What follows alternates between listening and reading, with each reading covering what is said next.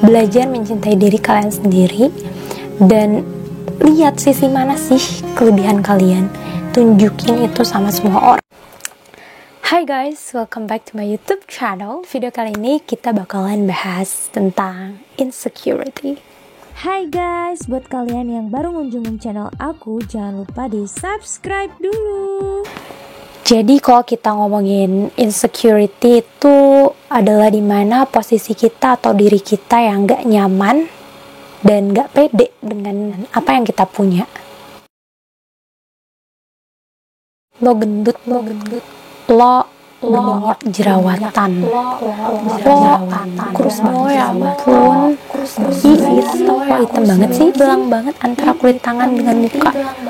Lo tuh cantik kalau lo gak keriting,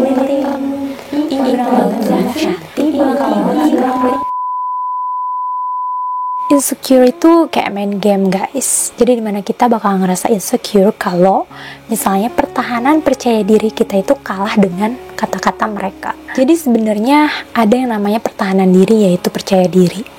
Tapi karena faktor eksternal itu datang atau kata-kata eksternal itu datang, akhirnya nih siapa yang bakal menang? Apakah benteng percaya diri itu akan kalian rubuhin atau kalian lawan kata-kata itu? Kenapa sih insecurity itu bisa ada?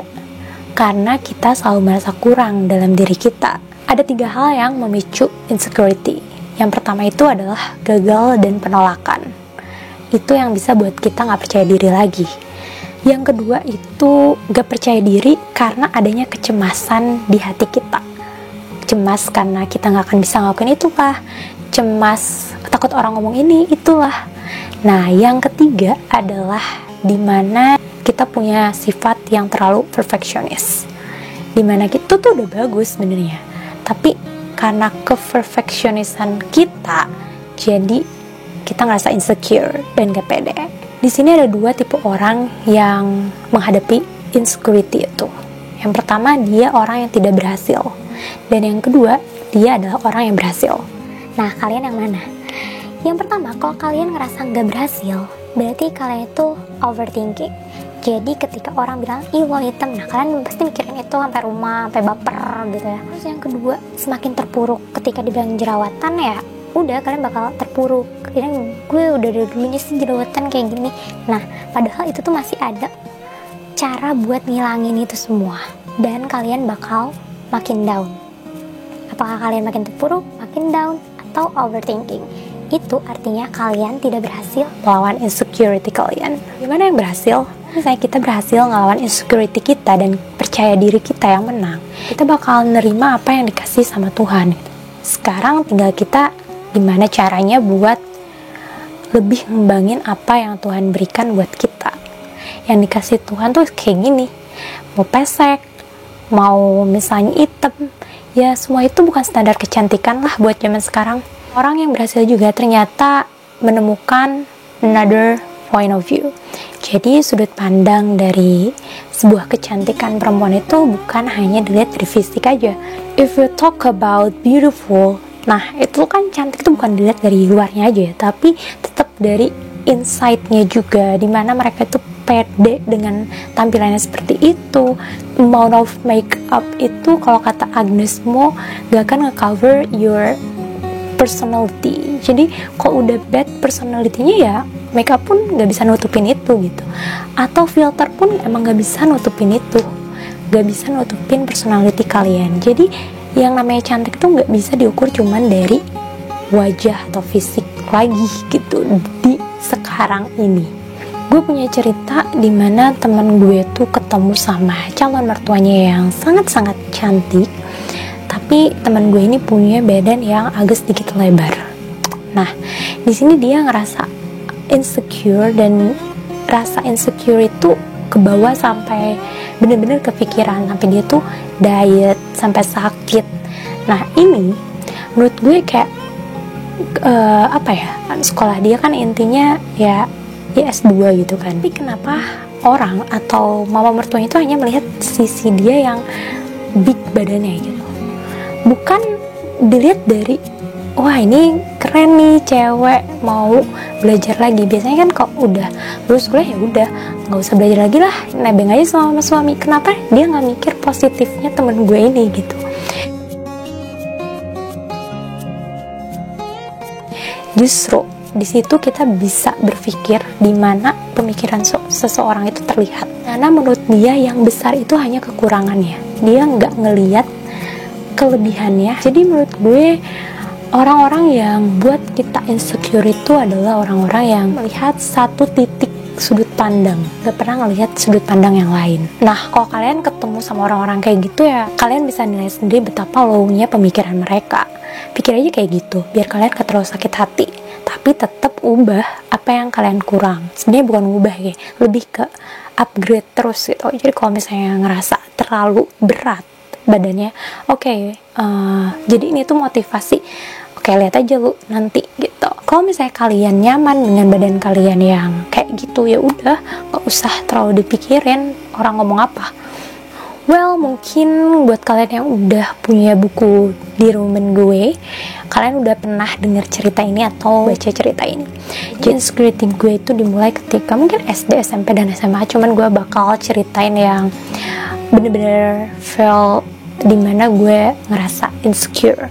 Jadi yang pertama itu waktu masa kuliah, dimana tangan gue sama muka gue itu beda.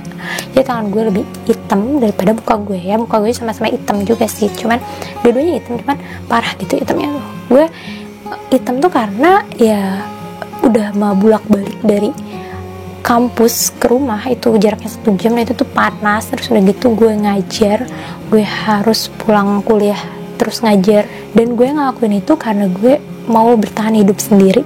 Gak kayak mereka yang disupport dengan orang tua mereka, dengan fasilitas yang orang tua mereka berikan, kayak kosan, jajan, lebih enak kan. Nah kalau gue kan harus cari duit sendiri, dan kehitaman kulit gue itu membuktikan di mana perjuangan gue. And I'm proud of myself. Ketika gue diomongin, ih kulit lo belang, kulit lo hitam banget, sambil dibanding-bandingin kayak gini guys, ini nih bandingin coba. Mereka tuh gak pernah mikir apa ya kalau misalnya gue bisa hitam kayak gitu gara-gara apa. Tapi kayak udahlah, lihat aja nanti, gue udah mati selalu bilang kayak gitu. Jadi buatlah kata-kata yang menusuk itu menjadi motivasi kita. Oke, lihat nanti ya. Dan insecurity gue itu gak cukup sampai di situ. Ketika gue harus mengubah wajah gue di status atau media sosial yang harus diedit dulu, karena kan kita ngerasa edit atau filter itu ngerasa karena kita insecure dengan jerawat yang kita punya atau wajah kita yang kurang putih, kurang cerah. Nah akhirnya kita pakai filter. Ya it's okay kalau itu dibutuhin gitu. Cuman ya itu menggambarkan atau menandakan ya berarti kita nggak percaya diri dan masih ragu dengan diri kita sendiri. Terus insecurity yang kedua yang pernah gue alamin adalah ketika gue belajar bahasa Inggris, dimana gue itu kan jurusan pendidikan bahasa Inggris, tapi nilai TOEFL gue kenapa sih kecil gitu. Kenapa nggak kayak teman-teman gue yang bukan jurusan pendidikan bahasa Inggris tapi mereka dapat nilai yang lebih besar. Sampai gue harus mengubah identitas jurusan gue menjadi jurusan lain gitu, biar orang-orang tuh nggak tahu kalau gue tuh jurusan pendidikan bahasa Inggris. Karena kan gue feel insecure in myself kalau misalnya gue tuh nggak pede dengan apa yang gue punya, ilmu yang gue punya. Kok teman-teman gue pinter-pinter ya, kok gue enggak. Nah pada akhirnya gue mendapatkan nilai yang pas buat mendaftar beasiswa, tapi ternyata semua orang itu punya insecurity-nya. Jadi semua orang itu ternyata punya insecurity time, dimana ketika gue udah punya nilai yang cukup nih buat TOEFL, buat daftar beasiswa, nah temen gue yang pintar-pintar tuh udah masya Allah luar biasa, mereka dapat nilai yang besar juga, tapi mereka tuh nggak berani buat apply scholarship karena mereka pikir kalau mereka tuh nggak ada apa-apanya gitu. Nah kalau gue ngerasa ya udah deh, apply aja, rezeki kan nggak ada yang tahu. Dan alhamdulillahnya itu tuh kelihatan gitu semua. Oh ternyata teman-teman gue juga ada rasa insecurity-nya ya. Gue juga ada insecurity, tapi gue udah melewati itu gitu. Nah teman gue masanya itu di saat mereka mau apply, karena mereka ngerasa I don't have anything to show, I don't have anything to show. Ternyata kan sama, cuman bedanya waktunya aja. Kalau gue pas ketemu mereka, kalau mereka itu pas kelamar beasiswanya. Dan itu tuh sebuah pelajaran banget, dimana semua orang tuh punya insecurity time yang gak bisa kita atur sendiri. Yang terakhir, yang deket-deket ini nih, pengalamannya adalah ketika gue nggak mau beli-beli barang-barang branded. Kenapa? Karena menurut gue, kalau gue beli yang 70 ribuan masih bisa dipakai, kenapa enggak gitu. Nah ada temen gue yang bilang, ih gila lu beli yang segitu harganya, apaan sih gitu. Itu kan kayak menampilkan rasa gak percaya diri gitu. Disangka gue nggak mampu buat beli itu.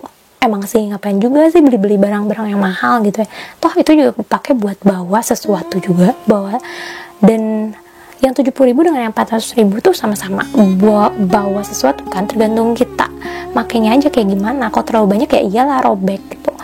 Tapi hal-hal yang kayak gitu menurut gue ya udah deh, gak usah jadi prioritas.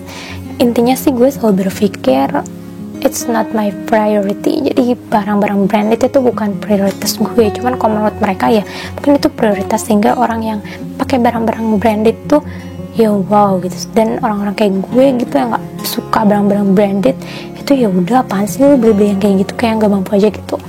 Padahal ya emang nggak mampu. Oke guys, intinya di video ini gue cuman mau nyampein kalau misalnya kalian lagi feel insecure in your life, kalian wajib banget stop semua itu dan lihat sudut pandang kalian, belajar mencintai diri kalian sendiri, dan lihat sisi mana sih kelebihan kalian, tunjukin itu sama semua orang, sehingga insecurity kalian bakal hancur dengan percaya diri kalian. Oke guys, thank you very much for watching. Semoga video ini bermanfaat buat kalian. See you on the next video. Jangan lupa subscribe.